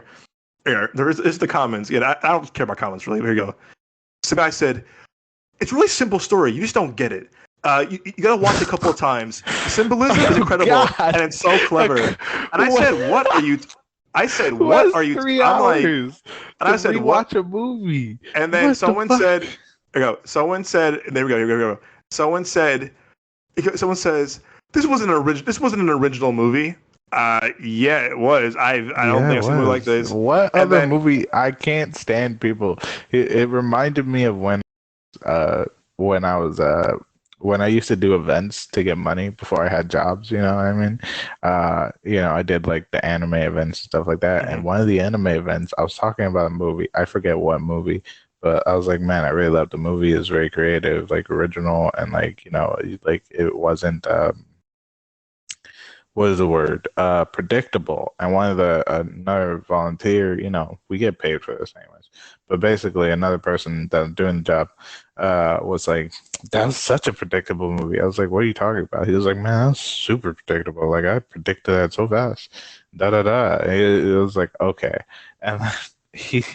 I think it was a movie we fucking hated, where he was like, it was like, this movie is so amazing, blah, blah, blah. Like, you couldn't predict that at all. I was like, bro, I predicted that after watching 5 minutes of that fucking film. I told my friend what would happen bit by bit, and I was fucking proven right. That movie is not that good. It's super predictable. You know what I mean? But it's like opinions. Some opinions are wrong, though. Dude, I'm telling you, man. I almost posted this on our YouTube channel. I was like, you know what? I'm not gonna do this because I feel like I'm gonna probably get lit up in the comments. And I said, you know what? Oh, dude, I shouldn't care about comments, never. but I was like, I post on TikTok, I post on Instagram. I said I might post on YouTube, but I know if I post on YouTube, all the Hereditary, Midsommar, Trent Dawson things will be like, oh my god. As one guy said, some guy, this wasn't an A24 movie. This was an Ari Aster film. What the fuck does that mean? It is an A24 movie. What does that even you mean? buffoon? It is an A24 movie because they produced it. Ari Aster made it. And then the same guy, this guy commented 4 times and then commented on other people's comments. He said the way this movie is described is like Lord of the Rings, but going to his mom's house. Absolutely not. Absolutely not. Absolutely not, dude. Lord of the Rings, but going to his mom's house? What does that even fucking mean? What does that mean? The filmmaker said. The filmmaker was like, "This is like Bilbo Baggins' Odyssey and Lord of the Rings." And I said, "Nah, bro." I said, "I only like Lord of the Rings. I would not compare those two." The meaning of this. I love Lord of the Rings. And then here we go.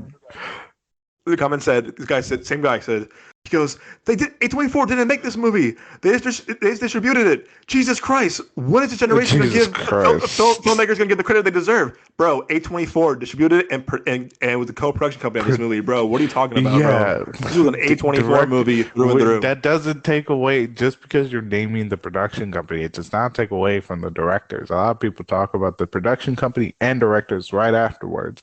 So you imbecile fucking think or listen to what someone has to say before you start commenting, being like, oh my god, because we produced it. You know what I mean? Like me and you, when we talk about certain movies, we talk about the directors as well and characters and like actors and everything. We point things out.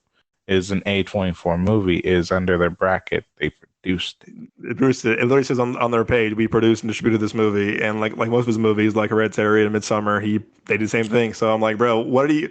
And Zeta the road comment, he goes, what does he mean by this? So I'm like, I asked the same thing. What does he mean by that? Because I don't know what the hell he's talking about. Also, it's funny to see a lot of these Midsommar people and stuff like that talk about like, you don't understand it, blah blah. But Zeta fucking hates it, and she loves Midsommar. Yeah, dude. She likes Hereditary a lot too. So I'm like, and she just did not like, and she was pumped for this movie too. She goes, "Oh, we're going to a screening of Beau Is Afraid." She loves everything A24. She goes, "Sign me up, dude." She was more excited than I was at the screening, and I was like, "Cool, great." And the IMAX too. Let's do it. Zeta does not like. No, she loves the movie.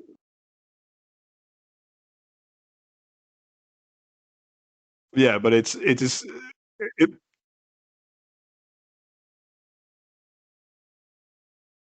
Want to go to movie theaters? That's saying something. Yeah. So, like I said, she really, like I said, it doesn't work for her. So again, if you're gonna see this movie, be prepared for what you're gonna go into. Like I said, I would go to a matinee, see it early, because again, 3 hours of your day, it's a lot to go see, plus trailers and stuff. So be prepared. Be a kiss ass. Be honest. Be honest. So I'm looking forward to seeing what people say after this movie comes out, wide this week. So because we like a lot of directors, and we'll give those directors shit if their movie shit. Yeah, we will. But anyway, man, you want to do our one-on-ones of the week? Sure. You want to start? Or I start this week. Well, sure. I'll do the honor starting off. So as always, as you probably heard, if you're new to the show, hello, welcome. We end the show. Well, again, when Nick and Moses hop off early because they got to go to bed, and I'll have the Betty by time. Um, Now they have long work schedules, and both of them have a long work schedule. So we do one-on-ones of the week. This was great. This was Joel's great idea a while back when we started the show. Is that we each give one show recommendation as well as one film recommendation that you probably haven't seen before, or maybe you have seen before, and we give it kind of like if it's underrated or a movie that didn't get enough love when it came out, either on theaters or when it came out on streaming, whatever.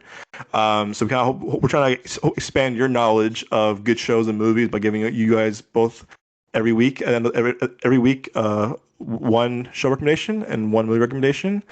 And let's see, for a movie this week, for show actually, I'm gonna go with a good show I like called Ballers. It's on HBO with The Rock. It's the guys who created Entourage as well as Mark Wahlberg's producing it. It's about kind of like the behind the scenes look of like when you're a sports agent, when you're a sports manager, when you're a we'll say football manager and football agent, and it's kind of like stars The Rock, stars Denzel's kid, John David Washington, and Rob Corddry, and it's kind of set in Miami the first few seasons, and then they go to LA, and it's about like hey like the kind of the craziness that goes beyond about the scenes about film agency, sports agency, sports management, and kind of like control and handling your players, handling the players that want to like go clubbing, go crazy, cleaning up after their mess, the deals that kind of go behind the scenes of like becoming an agent, becoming a sports agent, getting them good deals, trying to get back into the league, trying to stay relevant in this league that kind of league after you're old, you're kind of forgotten after a while, unless you're a big Hall of Famer, or unless you're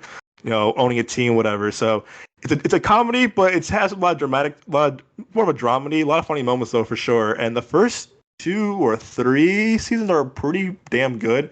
Really good writing. It's fun to see The Rock not be like macho The Rock, not like Fast and Furious Rock or Jumanji Rock, and it's fun. And it's fun seeing him in a non kind of like that kind of role. So super funny. I recommend it. It's on HBO Max. It came out, I want to say it was like, I think it ran from 2015 to like 2018, 2019. So last season's okay, but it's still worth the watch seeing. And for my movie this week, I was kind of like trying to watch movies I haven't seen in a while. Like movies that I appreciate, that I like. You know what? I'm gonna go with actually a movie that you showed me actually if you during the pandemic, which was Spike Lee's Inside Man with Denzel Washington. Oh, bro, that took you forever. I recommended that back in high school.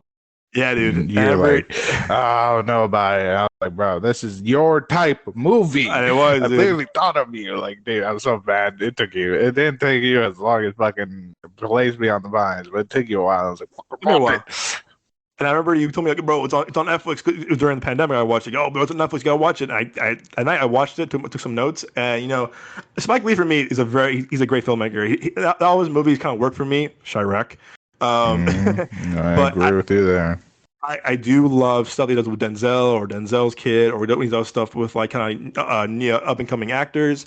And I really do love Do the Right Thing. I do love Black Klansman. I really like this movie. I love this movie a lot too because Inside Man wasn't kind of like typical Spike Lee. It was like him taking on a thriller about like robbery and bank heist. But this movie's very smart. Put a really good spin on it, by the way. Yes, exactly. The movie's more not about the heist, about bank robbery. It's more about like just the heist itself and like the kind of like character study of like a bank robber and kind of the psyche he goes through, as well as kind of like Denzel trying to like who's the detective on the case and trying to like figure out how to break this guy from the inside. How do I get through to this guy? And this movie is kind of like smoke and mirrors of like it's not what you think it is. There's more to the story than you think, and it's very well written. And also, it's very really well directed by Spike Lee because it really shows like kind of like a cop and robbers kind of thing, but there's more to it than this about another bank heist, another robbery movie. No, there's more to it because it's more of a character study of like the good guys and the bad guys. And again, I don't want to spoil anything for our listeners if you haven't seen it, but it's a very good study of like this, like, hey, when this goes down, it's set in Manhattan, and the whole city's kind of like watching this. The whole world's watching this now, and like the more it escalates, the more it gets kind of like more tension, and it's up to Denzel to really kind of like, hey, break this up, control the situation. If not, this is gonna be worldwide news. So it's a very good Spike Lee movie. It's a very good movie in general. It's also a very good Denzel performance. So yeah, man, my movie this week is gonna be Inside Man. Up to you, my friend.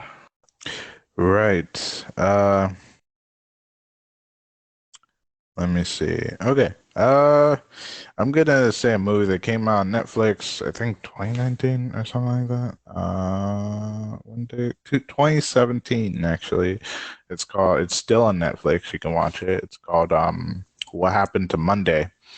Is an intriguing film about sextuplets that are in a futuristic world where there's a strict rule of only one child, and they are raised and named after days of the week when they can go out. So Monday, Tuesday, Wednesday, Thursday, those are the kids that can go out, Well, not kids, but one of them can go out.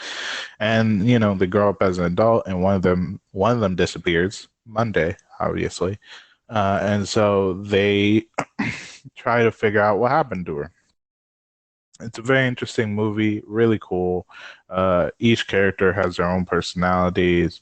A lot of great actors in this, like Willem Dafoe, and we are big Willem Dafoe fans on this podcast. We love that I man love on the phone. wholeheartedly. The main actress who plays the main actress who plays the sextuplet, Numi Rapace. She's been in movies like The Girl with the Dragon Tattoo and a lot of other things as well. So, if her name doesn't ring a bell, once you see her, you'll be like, oh, okay. So I feel like it's a really good movie. I'd give it an 8. It's an enjoyable movie, very different from, other futuristic films in sort of an intriguing way. And she does so great giving these characters different personalities and understand, like, all right, this is that person, that's that one. So really cool. I really like it. The show, I'm gonna say it's actually a pretty sort of popular show. It surprisingly is a Canadian comedy. It's called Letterkenny. I fucking love the show. It's basically like a show like How I Met Your Mother, but country bumpkins. You know what I mean? And I don't mean that in a rude way. Like, they're super country. Like, they're Canadian, obviously, and it's like Canadian humor, but it's like hilarious throughout. And there's several seasons. The characters are great, and it's just an amazing show to watch. I highly recommend it. It's on Hulu. Go watch it. Look up Letterkenny. It's just fucking hilarious. Where just these friends, it's not really narrated, by the way. So if you're expecting like, oh, okay, but it's like these like country friends in Canada, living their life and getting up to like misadventures. And it's really good, and I love the show. So yeah, definitely go and give Letterkenny a watch on Hulu.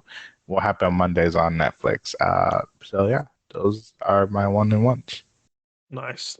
I remember seeing Welcome to Monday when it came out. I thought it was pretty good. I remember people like, I don't know what it was. It's one of those movies that that we saw and that no one else really saw, and I feel like kind of like under that radar, because it was kind of like when Netflix was kind of figuring out like the original movies. They were kind of more focused on their shows than movies at the time. But that's a good movie. Good cast, man. Really good cast too. And it's sad that movie didn't like get the attention it deserved. But this is why it's to our show. It's our show. We tell you stuff like this. We give you movies we tell you about movies like this because we try to educate the film buffs, the community who listen to our show, kind of like, and the people another group of people who have been turning away from movie theaters and movies because of the fandom, ruining it, and just sort of how people gatekeep. We want to let you know that your opinion matters. Yeah, we joke around that, like I said, like, your opinion's wrong. There is wrong opinions. I'm gonna be honest, but I'm not gonna like gatekeep things away from you guys. So, hopefully this gets you back into movies, enjoy, and not be afraid to talk about what you think about a movie. Like, let's have this discussion. We might argue, but it's not gonna be like a yelling match. It's just gonna be like a conversational argument, and I really do enjoy those too. So, be free, have your opinion, and go and enjoy a movie in the movie theater. Get away from people. If you don't like a shit ton of people, go early as fuck in the morning. They're cheaper, and hardly people go. Go in the morning. Movie theaters are great. Streaming's cool too, but movie theaters are fucking fantastic. Yeah, man. Shit. Couldn't So say any better, yeah, my friend. yeah. Yeah, but as always, guys, you can find. Again, well, thank you for listening to the show. If you're new to the show, welcome. Hope you enjoyed the first taste I'd of the like show. to Oh, you like want to to finish make a up? shout out before Go ahead. we close it out. This is from a friend. My friend. These are for the Wisconsin people, right? The Wisconsin listeners or viewers who are listening to this right now. I have a friend who is a business owner in Wisconsin. Uh, the business is called Bill's Moonstones and Crystals. So if you like moonstones, crystals, all that type of junk, not junk. Sorry, not junk. This is the way I speak is not the greatest at times like this. All that stuff. I don't know much about it, but my friend, who's the one of the owners, does. And so, if you're trying to get your crystals for a full moon or anything like that, definitely go check our shop. It's at 325 North First Ave Suite B, Wausau, Wisconsin. Uh, can be found on Facebook, IG, and TikTok under Bill's Moonstones, all together, no caps. Premier source for Wisconsin moonstones, a rare deep blue form of moonstone formed and found in Wausau, Wisconsin after a volcanic implosion 1.5 billion years ago. Custom stone jewelry made in-house and by other local artists. Metaphysical crystal shop that has a focus on teaching and help empowering people to work with crystals. So yeah, go all of my Wisconsin people, go check it out, support my homie, and also, get yourself some great crystals. I know that's super popular. I don't know not much about them, but I've looked at her products, they're pretty dope. So yeah, that's all I had to say. Get that sponsorship, man. Come on, what are you doing? Get that earn that sponsorship, bro. Maybe Earn that sponsorship, bro. eventually. Yeah, y'all give them enough money, they might sponsor our podcast. Hey, You never man. know. You know what I'm You saying? never know, man. Get that sponsorship, bro. That Right, sponsorship, bro. exactly. Hey, if y'all want y'all businesses shout out to, y'all can sponsor us too. We're still looking for sponsors. We scratch your back, you scratch ours. What's up? Oh, damn it, man. Help us out. But again, as always, guys, thank you for listening. If you're new to the show, welcome. Hope you enjoyed this first episode, this first journey of our, as Joel says, the verbal journey into our love for movies and TV and entertainment. Again, like I said, we're on Spotify, Apple Podcasts, Amazon Music, and Google Podcasts. Hit that follow button, hit that like button. We have a new episode usually every Friday. I'll drop a bonus episode, maybe on Sundays, Mondays, sometimes when we have some good content going on, or we see a lot of movies or shows. So again, as always, hit that follow button, subscribe, leave us a rating, leave us a review. It helps the show out tremendously.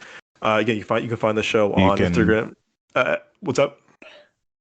I was gonna say, you go ahead. Continue. No, Sorry. so you're good.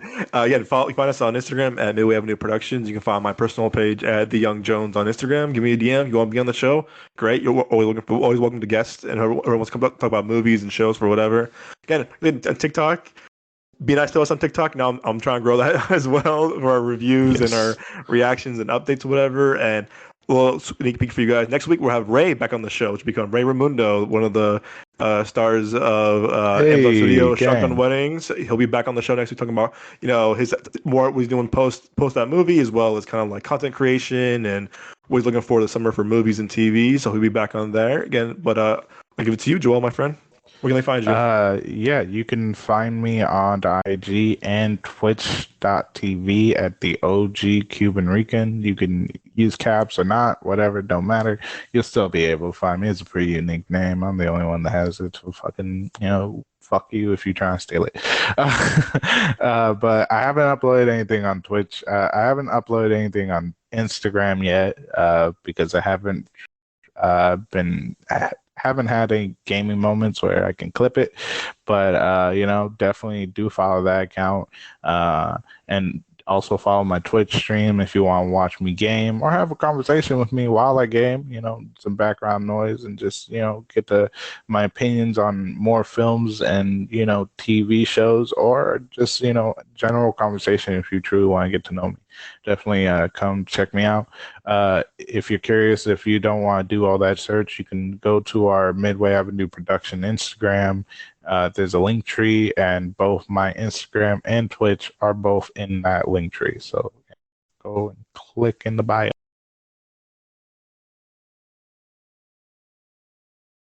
Back down the link tree, but you can find our other podcasts and some other stuff in that link tree. So yeah, give us a follow. Thank you for listening. We love y'all.